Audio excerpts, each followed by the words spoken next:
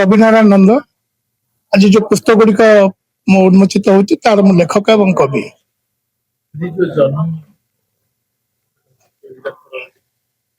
आज प्रकृत में जो अनुष्ठान होती दुईटी सभा को सम्मिलित भाव में करा जाउची।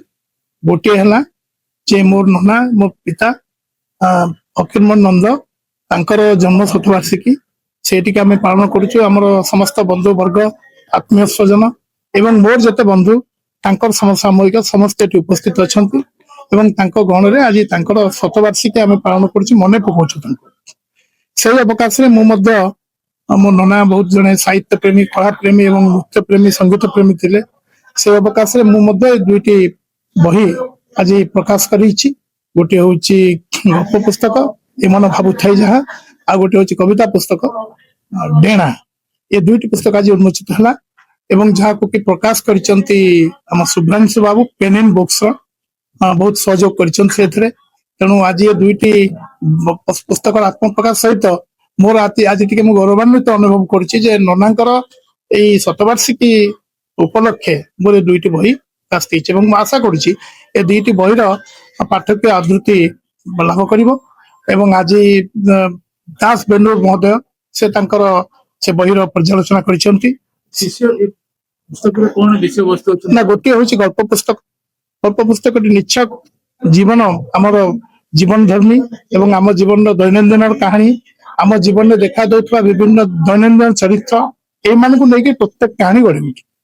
आर पुस्तक कविता पुस्तक से गोटे भावर उच्छ्वास एवं मन में जहाँ किसी आसी दुनिया को इतने जो फिलोसफी अच्छी विभिन्न कथा तक लिखाई जीवन दर्शन नारी मान प्रति आमर समाज आभिमुख्य एवं भविष्य एवं मृत्यु ये सब कथा चेतना गुड़ाक सब प्रकाशित होती से कविता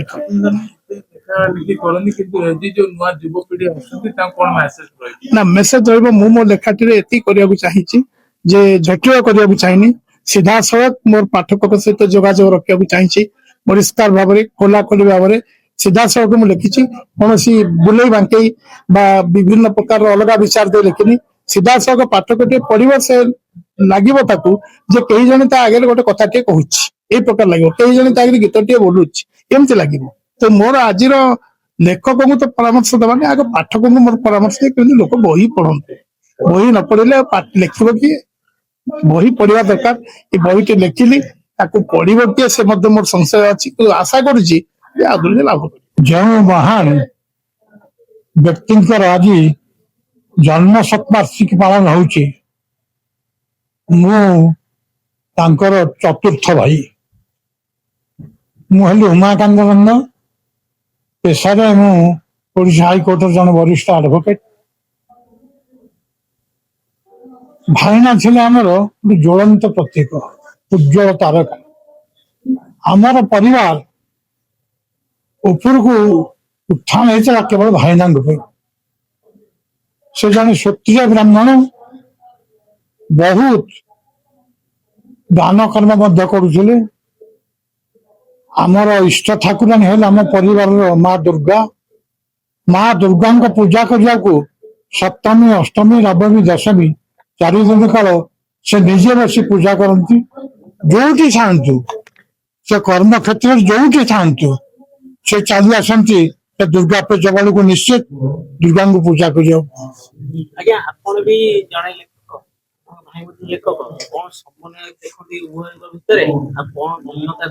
भाईना बहुत कथा लिखी आपण मोर देखी मुझे लिखी काव्य महानदी और जो यार गोटे शुद्ध संस्करण शरत रासर से तार संपादकीय लिखिं से संपादक से लिखिं जे रासलीला ठाकुर ये क्रम क्रम लुचि जाऊँगी जो शोक चौपदी छंद जनाण रास रही रही सब विकृत हो गला। तेणु सदा उमा जो स्टेप्स नहीं गोटे पूर्ण संस्करण एकदम करने को मुझे प्रशंसा करुच्ची। महानदी काव्य लिखिं से महानदी के समस्त भूली जाऊँ ମହାନଦୀର ହେଲା ଆମ ଉତ୍କଳର ସଭ୍ୟତା, ଆମ ଉତ୍କଳର ଐତିହ୍ୟ ମହାନଦୀ। ସେଇ ସଭ୍ୟତା କୋଉଠି କଣ ଅଛି, ମୁଁ ମହାନଦୀ କାବ୍ୟରେ ମୋର ପ୍ରଥମ ଖଣ୍ଡ ସେ କଥା ଲେଖିଛି। କୋଉଠି କଣ ଦେବ ମନ୍ଦିର ଅଛି ଇତ୍ୟାଦି ଇତ୍ୟାଦି, କିଛି ସହର ବର୍ଣ୍ଣନା କରିଛି। ଆଜିକା ସମୟରେ ଯୁବପିଢିଙ୍କ ଉପରେ ଏ ପୁସ୍ତକ ପ୍ରଭାବ ପକେଇ ପାରିବ? ଆଜିକା ସମୟରେ ଯୁବପିଢିଙ୍କ ଉପରେ ଏ ପୁସ୍ତକ କିଛି ପ୍ରଭାବ ପକେଇ ପାରିବ? ଯୁବପିଢିଙ୍କ ଉପରେ ତ ପ୍ରଭାବ ପକେଇବା ନିଶ୍ଚିତ କଥା ହେଇଗଲାଣି। ଏ ତ ଡିଜିଟାଲ ଯୁଗ ହେଇଗଲାଣି, ଆଉ ସିଏ ଆଉ ପୁରା କମିଗଲାଣି। ସିନେମା ମଝିରେ ଉଠୁଥିଲା ଚଳଚ୍ଚିତ୍ର, ସେ ଦବିଗଲା, ଡିଜିଟାଲ ଆରମ୍ଭ ହେଇଗଲା, ମୋବାଇଲ ଆରମ୍ଭ ହେଇଗଲା, ସେ ଦବିଗଲା। ତେଣୁ ସମୟ ତାଳ ଦେଇକିରି ଆମର ସେଗୁଡ଼ା ସବୁ ପରିବର୍ତ୍ତନ ଘଟୁଛି। ପ୍ରଭାବ ପକେଇବେ ଯେଉଁମାନେ ଇଚ୍ଛା କରିବେ ପଢିବାକୁ, ଜାଣିବାକୁ, ସେ ପ୍ରଭାବ ପକେଇବେ। ଏଠି ଆମର ବହୁତ ବକ୍ତୃତା ଦେଇଥିଲେ, ଜଷ୍ଟିସ ବିପି ଦାସ ବସିଛନ୍ତି। ଏବେ ମହାନଦୀ ମହାନଦୀ ସମସ୍ତେ ଗର୍ଜନ କରୁଛନ୍ତି।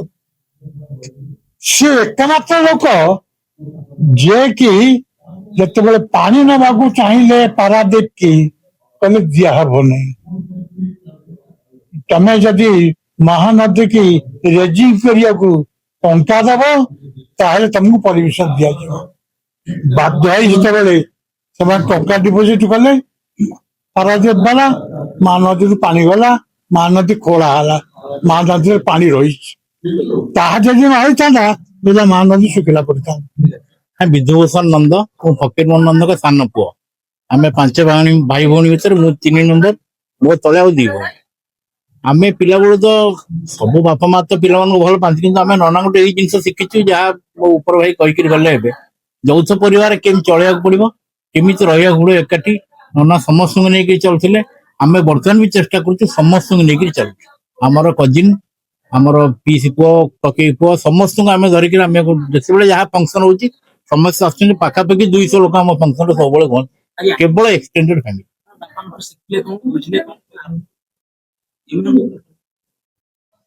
ଆଜିକାଲି ନେକ୍ସଟ ଆମ ପର ଜେନେରେସନ ତାଙ୍କ ଉପରେ ସେମାନେ ତ ସବୁ ଆଜିକାଲି ଇଣ୍ଡିପେଣ୍ଡେଣ୍ଟ ହେଇଯାଉଛି।